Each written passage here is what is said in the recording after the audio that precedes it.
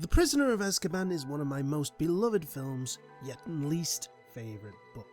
So when EA made the attempt to bring this to the gaming world, I was caught in two minds. But on the 25th of May 2004, The Prisoner of Azkaban released on console and PC. And as usual for a PlayStation loyalist, it was the PS2 version I picked up. As per usual, the only trailer we ever got became the introduction to the game, and once again, the great Stephen Fry is involved being the narrator. And hell, he's the first to greet us with the famous phrase, "I solemnly swear that I am up to no good." So the game starts off on the Hogwarts Express, with the Golden Trio talking about mass murderer Sirius Black, before Crookshanks chases Scabbers off and we go on a fetch quest. And first things first, let's talk the graphics. Honestly, the new models are great. They have this nice evolution to the cartoonish style that we've had in the previous PS2 entries, but also play to the movie tie-in aspect. As well, like you can tell, this is meant to be David Thewlis's Remus Lupin and Michael Gambon's Dumbledore, but there's still that charm. So, like I said, we go off on the hunt for Scabbers, getting so close yet so far as the Monster Book of Monsters halts your path. Now, if you remember the washing machine from the Chamber of Secrets, well, it's practically the same fight. Flipendo makes its return, only now you no longer charge spells, making the combat a lot more pacey. And you just fire into the mouth until it's defeated, upon which we kinda tie into the next part of the new mechanics. So we call Ron to help us with this heavy trunk and run into that proper git, Draco Malfoy, along with Crabbe and Goyle, to exchange in familiarities. By which I mean it's wands out because it's time to duel! Again, combat isn't the hardest thing here. You use the area for cover and Flipendo until everyone is down. With Draco and the Crabbe Goyles beaten, the rain stops and the air goes cold as the screaming intensifies and that claw-like hand grabs the door. And seriously, the Dementor on the train is one of the best scenes in this game. This also throws us into playing as Ron, trying to drag Harry past obstacles to safety, and while also avoiding getting too close to that Dementor, else it tries to suck the soul from Harry, to which you have to wiggle him free. Now get Harry to safety and... none of us is hiding Sirius Black under our cloaks. Great line, wished he said it in the film, but yeah, all is well. Harry is safe, I love the chocolate frog, nice touch, and Harry is given the Folio Bruti, which is our bestiary. You collect the pages in order to find quote-unquote useful tips on the creatures of the game. Most of the time it's just fluff, hell I don't think it even tells you how to deal with half the enemies, but still the idea is good if the execution is not. Anyway, we make our way to the common room and Hermione reminds you that the other games existed and you had a way to defend yourself the whole time. So, Expelliarmus be learnt. After a little practice with Ron, the two of you make your way to the 6th floor to meet Fred and George. Peeves does what Peeves does best and makes a nuisance of himself, but you are Harry freaking Potter, so you put that pesky poltergeist in his place and make your way to Fred and George, who offer Harry the most wonderful gift of the Marauders map. Really? This early in the game? Okay. I thought we'd have it a little bit longer, but okay, we're gonna get it right now. However, you have to find it first. And looking for secret passages is not Harry's forte in this game. It was in the others, but not in this one. This is where the big game mechanics come to play. You can swap between the Golden Trio at will. This takes up the circle button, so you only have 2 spells to cast at any time, but each character has their own set of skills to offer. Harry has the pure athleticism, being able to run and jump like in the old games. He can climb ropes, scale walls, and when you get it, he is the only one who has control of the Marauders map. Ron, being the inquisitive sort, I think, is the only one who can see and access secret passageways, loot bookshelves for items, and use practical joke items like dung bombs and stink pellets. And Hermione is a girl. Shh! You wanna get sued? Seriously, she gets the short end of the stick in some ways. Yes, she has some of the most powerful and vital spells in the game, but other than that, all she's good for is using her smaller frame to get into places the other two can't. F***ing bullshit! Still, utilizing all three characters adds so much to this game. In fact, I will say right now, this is the best gameplay of the entire PS2 Harry Potter era. Hell, might even be the best in the series. But yes, going back, Ron finds the pathway and the Marauders map challenge begins. As with the previous games, the challenges are dungeons that test your puzzle solving capabilities. You swap between characters using their skills to your advantage, collecting challenge shields, beans and cards. That, when a set is complete, will increase the overall health of the respected character. These challenges also seem to involve shining a beam of light into an eye to progress. Some of them are clever, but it's not all that special if it's done every frickin' dungeon. Still, you do all that, and after another boss fight with another monster book of monsters, you fly Hedwig over to the map, and bingo bango, the Marauders map is yours. And it's effectively your mini-map. It shows people as blue dots and secret passages as green. So you see one on the map, you have Ron look in the area, and boom, there's the secret shortcut or two. Stealth in this game has also taken a rework. Gone are the days of the terrible Prefect Metal Gear Potters. Now we have scanning armor with maybe a prefect or teacher with a simple pattern. Yeah, it's not even worth thinking about. So you make your way back to Ron, Fred and George, with the latter two letting you know that they are opening a shop where you can buy cards, pages and whatnot. To which we end the day. Yes, the game still runs on a day-night cycle, however, it kinda doesn't. While you still have the classroom features and the story elements that you have to end the day on, they now sometimes just bleed into each other. So it's really just a day, not morning, not night, just the day. So the next day as Hermione wakes up, it's defense against the dark arts, where Lupin tasks the trio with the Glacius Challenge. Like I said, the class challenges are designed to utilize all the trio's skills, having all three classmates lift the giant cauldron to begin the challenge. Where Harry then has to utilize his platforming skills to align the mirrors so that the light shines into the Zelda Eye, hop through some flipendo levers to open the next area, which has Harry use the box to climb the bookshelves, while Ron and Hermione use that same box and themselves to stand on the floor pads to allow Harry access to the button. This is where Ron falls through a secret passageway like he's from a Hanna-Barbera cartoon, he battles some salamanders, and finally destroys another flipendo pad in one hit because he's somehow fucking Neville in this game. Oh, I'm not joking. This dude is so slapstick Shaggy Rogers that it's insulting. Like, Ron has humour, he has a sarcastic nature. There are times where things go wrong in the books, but he ain't this. It's like the devs saw his character in the Chamber of Secrets going through all the moments where his wand was broken and thought that was just him. So yes, the new area, however, is far too narrow for anyone else but Hermione to get through. So Glacius becomes her spell. And this is another aspect. Each of the trio has their own unique spells that you have to utilize in unique ways. This spell allows Hermione to freeze bodies of water to be able to walk on or push ice blocks, while also being able to put flames out and making fire monsters vulnerable. Speaking of which, those salamanders ain't that nice, so you as Hermione will freeze those fiery amphibians, while the AI friends cast Flipendo to delete them from the game. The trio go to leave only for the guard armor from Kingdom Hearts to block your path. That's right, gone are the days of the gargoyles that you play tennis with, now we have actual full-blown boss fights. This one is a fairly simple one as you wait till it goes to the center and open its flaps. Then you cast Glacius into the fiery maw, get out before it unleashes a blast, dodge its magical rocket arm, freeze said arm and destroy it, rinse and repeat.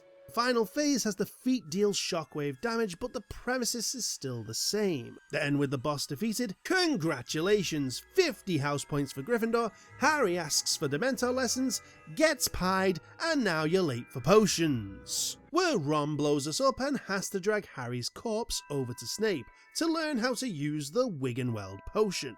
Again for the third year in a row. Honestly, how the hell is this one-trick pony still working here? The potions in this game is a little odd. You have to make sure you equip it and use it to get your health back. If you don't, no matter how many you have, if your health goes to 0, you die. But you can also use it on knocked out teammates to make sure they stay in the fight as well. So I guess that's okay. The only slight problem with this is that so far I haven't found a way to trade items between the trio. So if the guy who has all the Wiggenweld potions gets knocked out, then you're shit out of luck. However, we bring ourselves back to something taken from the Philosopher's Stone on PS2. Potion ingredients. And there was much rejoicing. Instead of challenges, Snape makes you explore the school and collect items from creatures around the grounds. The methods to get these items will incorporate some spells you have learned before the next lesson, so you just have to ask Hagrid for some tips if you are struggling. There's also an item that is always impossible to find, but these are items that you will get through Deus Ex Machina, so don't worry about that. After potions, you can either call it a day or partake in the delights of Hogwarts, explore the castle looking for lost items to gain more house points, enjoy a spot of dueling, or if you fancied permanently damaging your thumbs, race owls. But seriously, don't race the goddamn owls.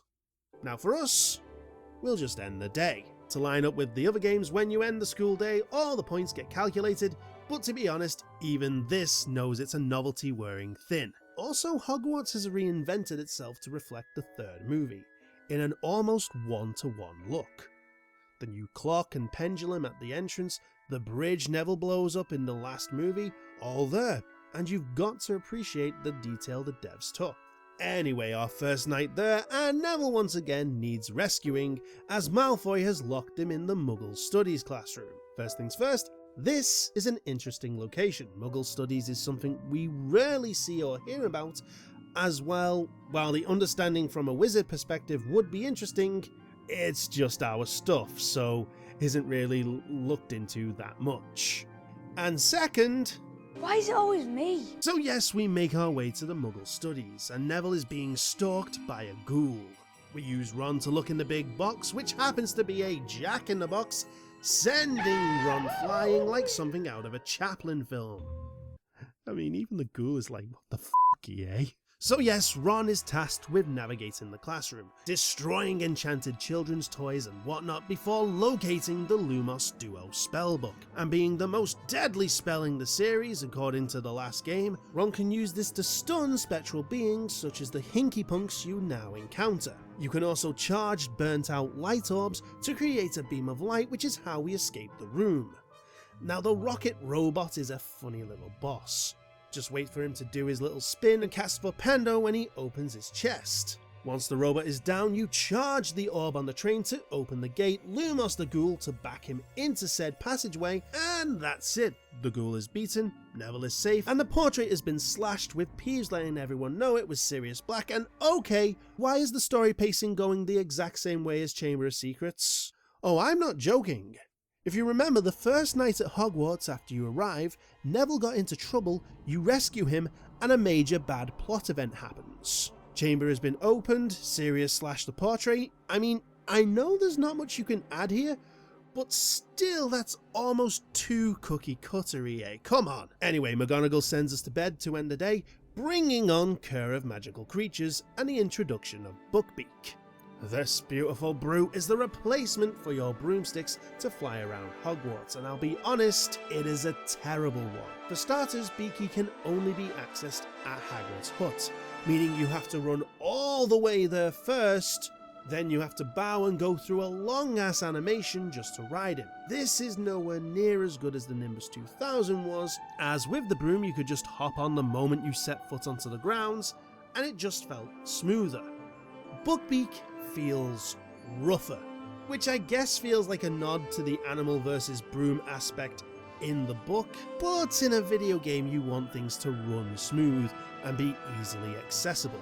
Having to run to one spot all the time in order to fly to another spot when you probably would have gotten there in the time it took you to run and get the hippogriff is just needless padding.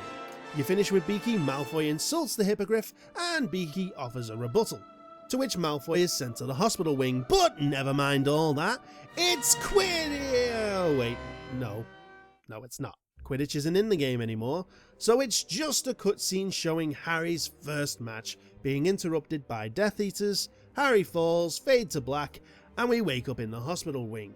Ron wakes him up telling him that Black is in the dungeons, and goes to head him off.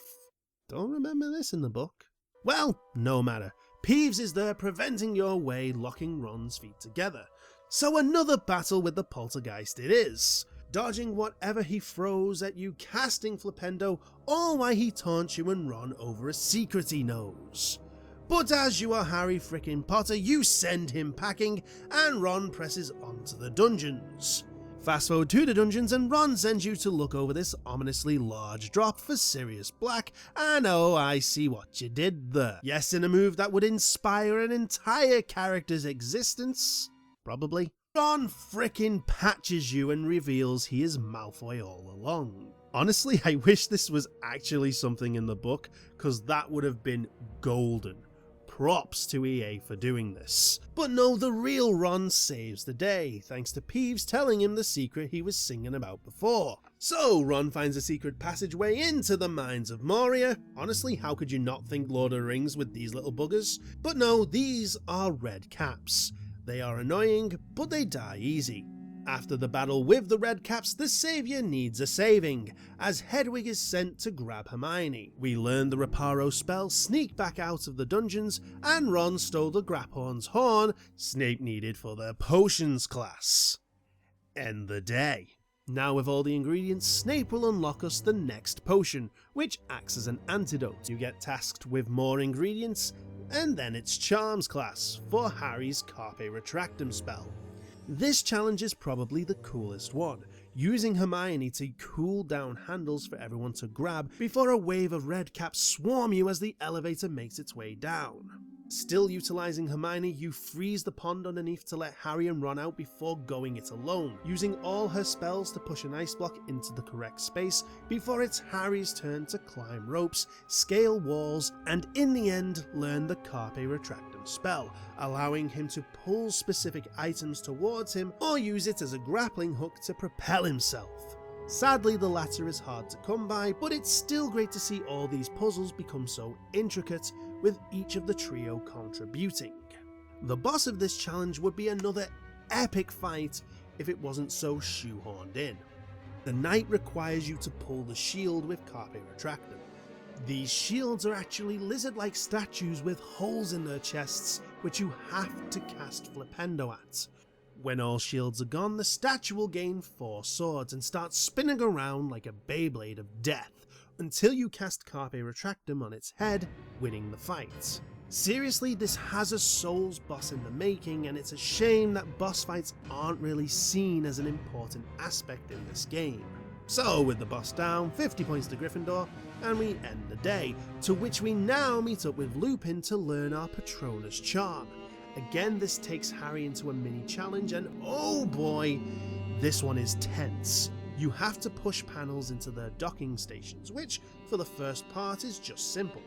But the next area unleashes a Boggart Dementor, and you need to dock 4 panels on each corner of this floor, while being chased by the Boggart with the Carpe Retractum hooks having certain patterns to get to each corner. This had me completely on edge, as no matter what, having something stalk you constantly is one of the best tension bringers. This is what made Alien Isolation a hit horror, because something was always around, always building that tension, and this Boggart does the same. But after you pass that area, you learn the Expecto Patronum spell, and now the fight with the Boggart begins. The Patronus charm is a bit different to other spells, in the fact that it's controllable as you guide that ball of light into the target. The retro controls of the PS2 can make this a bit annoying, but it's not like that really matters, right? Just wait. With the Boggart defeated, Snape interrupts the after-hours lesson, and while Lupin enters distraction tactics, Hermione uses this time to, instead of going to bed, use this as a great opportunity to collect pixie wings from Hogsmeade. This is where she also learns the Draconiforce spellbook. 2 spells in one night. Not bad. This spell brings dragon statues to life and has them breathe fire to where they face. So you stealthily make your way to the 3rd floor, through the Witch's Hump and into Hogsmeade.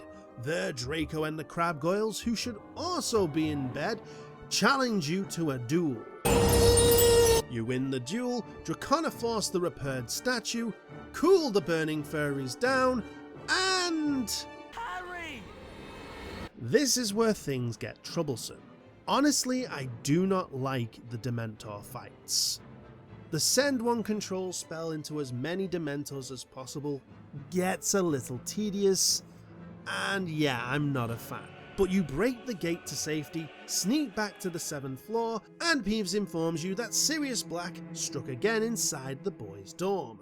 Worse still, the door to the Fat Lady's corridor has been locked, and now you have to make your way through the North Corridor, to which there are sentry trolls about. This has Ron step up to the field.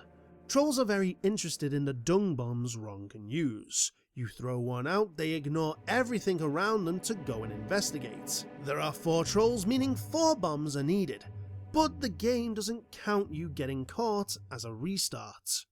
You just get sent back to the beginning of the area, with whatever inventory you had when you were caught. Also, this is the first time trolls are introduced here, and the dung bombs are not used anywhere else otherwise. So if you are just figuring out how this new mechanic works, you may end up not having enough bombs to get past them all. Sure, the bookshelves do prioritize dung bombs if you are low on them, but they seem to become more rare when you have at least 3. Not a big deal, but kind of frustrating when you're in the thick of things. But you endure the trolls, find out it was Neville's fault that you had to endure the trolls, so yeah, fuck you, Neville. Next day, and after learning the gleaning potion from Snape, it's once again Quidditch time for Harry. But the Slytherins are in a cheating mood, swapping out the normal balls for Jinx ones. Thus Ron and Hermione must save the day, and to do this they use Buckbeak to fly in, collect the balls and fly to the Quidditch pitch in the allotted time to get Dumbledore to quietly remove those jinxes. Something he probably would have done anyway if he'd been told, because this is Dumbledore. Still, this is a nice addition, as after the game we learn of Buckbeak's fate to be executed. You see, in the book there wasn't a real connection to Beaky for me. Same with the movie, really. Yes, it's sad because it's an innocent creature, it's not fair, but that's where it ends. The real big tug is that it's Hagrid's creature. We feel sorry for Hagrid. But in this game, Beaky being your main transportation, being vital for some of your potion ingredients, and for this plot point, makes this scene hit a little harder. This is no longer someone's pet, but a trusted ally and companion. Still, there's nothing we can do now but end the day. And so it's the final night. The trio go to give Hagrid some support. So you make your way over to Hagrid's, the execution takes place, Ron goes after Scabbers, and no sooner as he grabs the little shit, the great dog drags into the Whomping Willow as you give chase. The passageway into the Shrieking Shack is no chamber of secrets. It's full of redcaps, salamanders, and all the other enemies you encounter, and has some okay puzzles, but nothing really worth note. In the Shrieking Shack, we find out that the dog is Sirius Black, Scabbers is Peter Pettigrew, and Lupin is a werewolf. Sirius and the wolf duke it out, and the Dementors are coming. This is my least favourite part. You have to drag Sirius all the way to Hermione, praying the Dementors don't get close. Pretty much similar to the Hogwarts Express. Once you reach her, the Dementors go in on the attack, and now you have to use the Patronus like you did in Hogsmeade. If Sirius' health goes to 0, you have to do the entire dragging section over again. And these things take forever.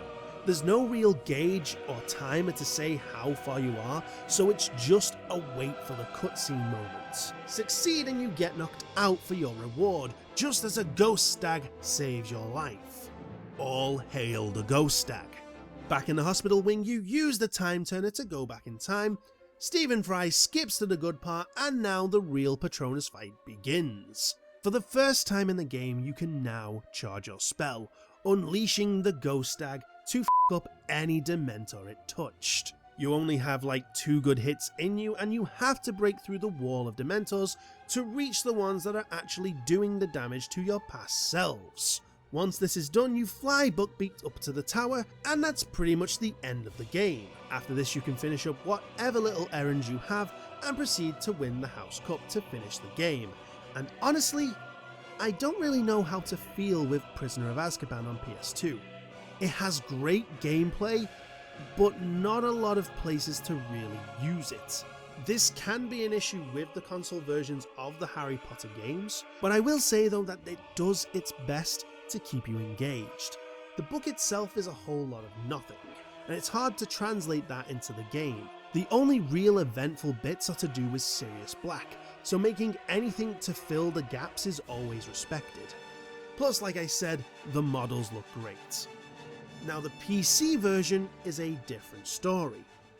Graphics wise, they seem to use the new models seen in the PS2 version. However, it still feels like they are just skins slapped over the original PC skeletons, like they were modded into the game. The animation in the cutscenes can give off that Gary's Mod machinima feel from time to time, but don't let that put you off. The gameplay is still that tried and true PC Potter style, only with a few differences. Now you have Ron and Hermione as somewhat companions that occasionally you can take control of. It's nothing like the PS2's free flow swap, but it still has its perks. You can use all 3 of the Golden Trio to cast a spell at once, so long as you hold down the left click on an object that needs it. The story is that linear style of the PC games that try to keep things more book-friendly than any other game. But the biggest draw was always the challenges, the dungeons that you have to go through.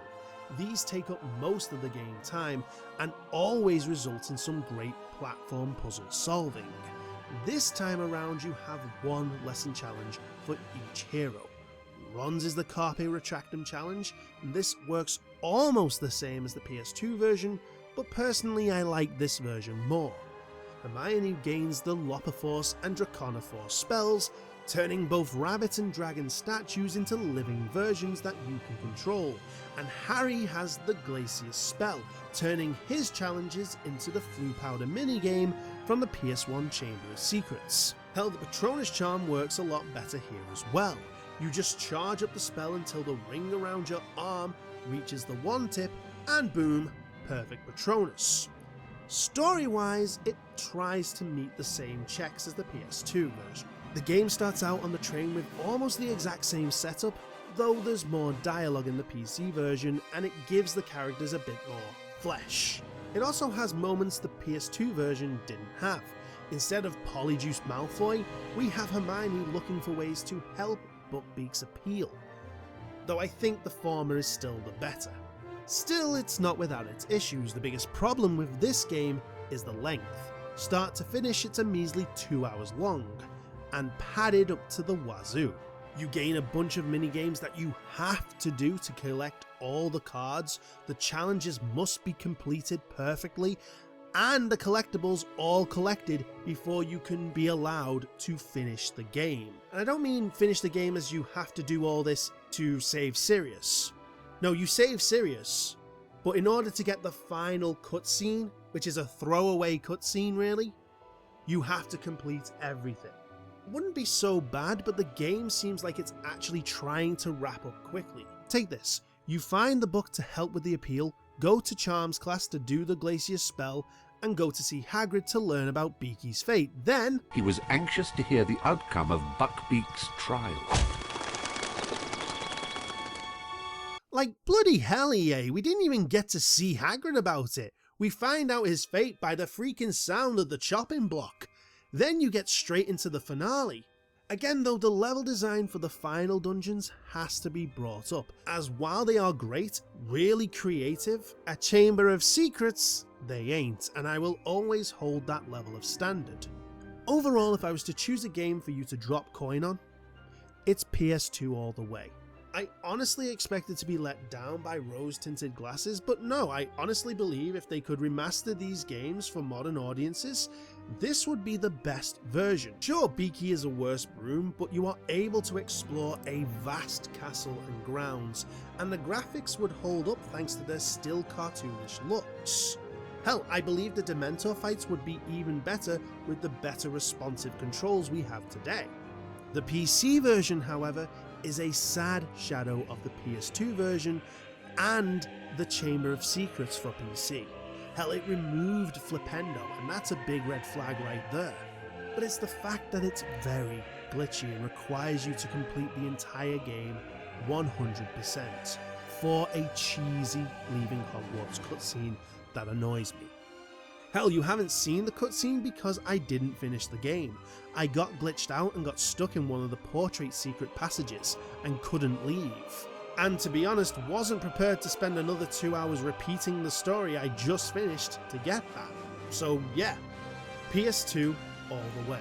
Now if you want me to go all the way with this series, don't forget to show the support with a like, share, subscribe, flipendo the bell thingy, and follow me on the Twitch and Twitters to join me in playing through my favourite versions of these games. Also, what was your favourite Prisoner of Azkaban moment? Let me know in the comment section below, and finally tune in next time where we say goodbye to an era and throw our names into the Goblet of Fire. But until that day, this has been Techno Odin. Stay safe, claim skulls, smash bosses, and mischief managed.